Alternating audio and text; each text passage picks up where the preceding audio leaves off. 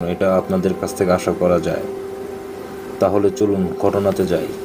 7টা বাজে 31 মিনিট। সে সকাল থেকে ঝিরঝির বৃষ্টি হচ্ছে। ইউনুস মিয়া তার বাগান বাড়ির পাশে যে শান বাঁধানোর পুকুরঘাট আছে সেখানে দাঁড়িয়ে আছে।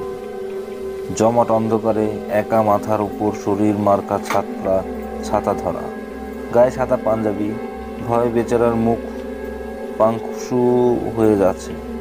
গ্রামে বিদ্যুৎ থাকলেও ইউনুস মিয়া তার এই বাড়িতে বিদ্যুৎ সংযোগ লাগান নাই, কারণ এতে তার বড় ভাই ইউসুফের কড়া নিষেধ আছে। ইউসুফ আলো সহ্য করতে পারে না, তার অন্ধকার খুব প্রিয়।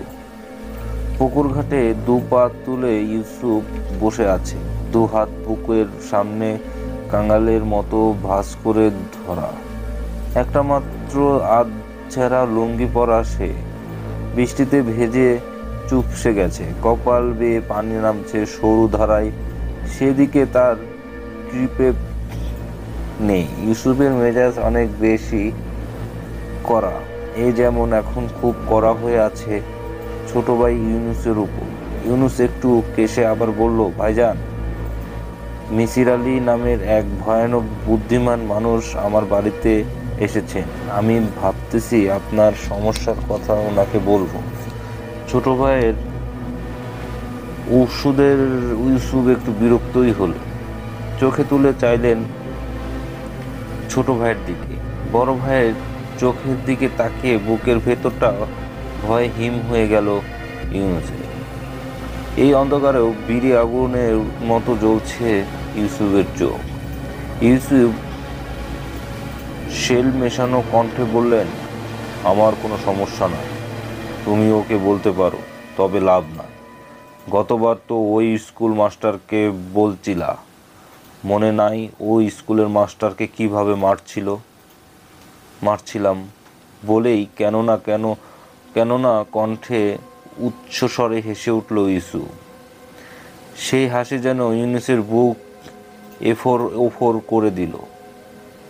ইউনুস অতি দ্রুত বলে উঠল, মিসির আলী সাহেব ভয়ানক বুদ্ধিমান, সে ওই স্কুল মাস্টারের মতো বোকা না, আপনি তার বুদ্ধির সাথে পারবেন না।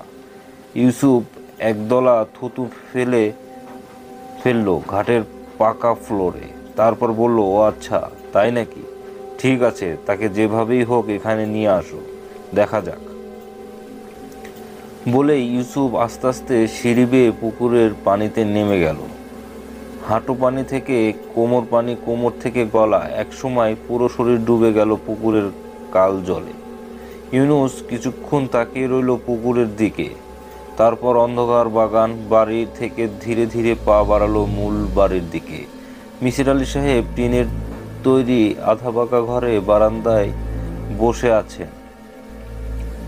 বাইরের বৃষ্টি হচ্ছে টিপ টিপ করে। মিসির আলী সাহেবের টিপ টিপ বৃষ্টি খুব পছন্দ। টিপ টিপ বৃষ্টি দিয়েছেন অলস বৃষ্টি। বয়সের কারণে তার নিজের গতিতেও একটু মহন্তর হয়ে গেছে, আর সেই কারণে অলস জিনিস ইদানিং কালে কালে ভালো লাগছে, তার লক্ষণ ভালো না। গ্রামে গ্রামে এখন বিদ্যুতের ছড়াছড়ি, এই বাড়িতেও